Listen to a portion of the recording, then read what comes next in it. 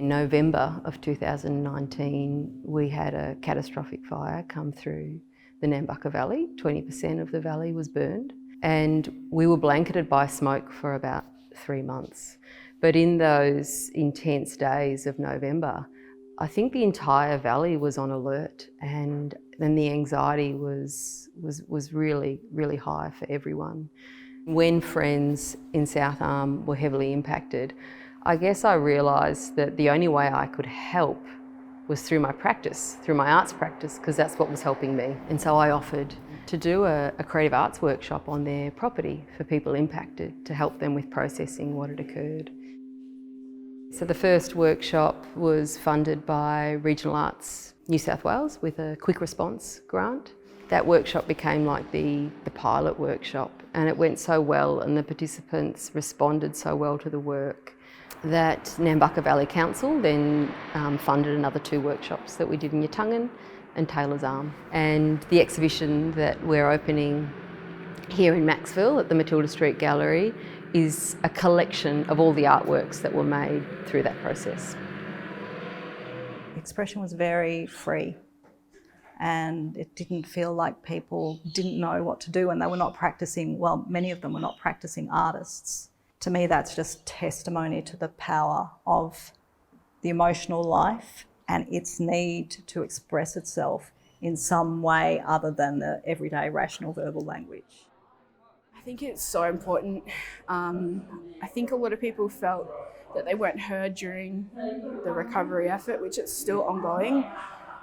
Blackbird allowed us to feel those emotions that we probably would never have felt otherwise, that were too hard or too scary.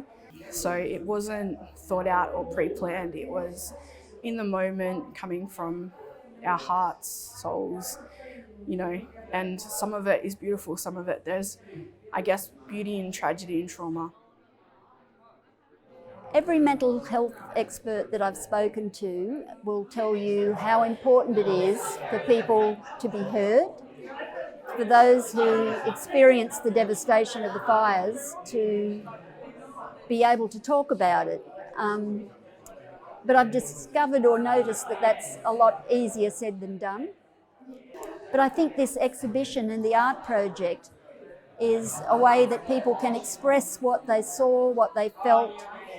You can see it in the artwork. You can see the terror, you can see the fire, you can see the devastation, but you can also see the hope of the greens and the blues of regeneration, recovery. And I think the other important factor is that for the rest of us who didn't lose anything, it's really hard to go up to a person that you know has lost their home. You don't know what to say.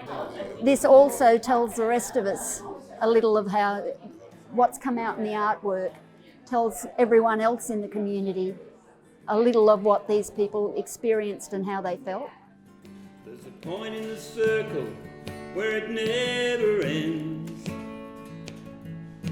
I point my finger at the sky, try to make it rain. I need a little comforting to carry me through. I want somewhere safe to hide where I won't feel blue. Last night I cried myself to sleep.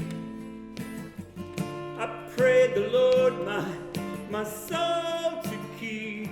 There must have been a billion sparks, what was left of our sacred hearts.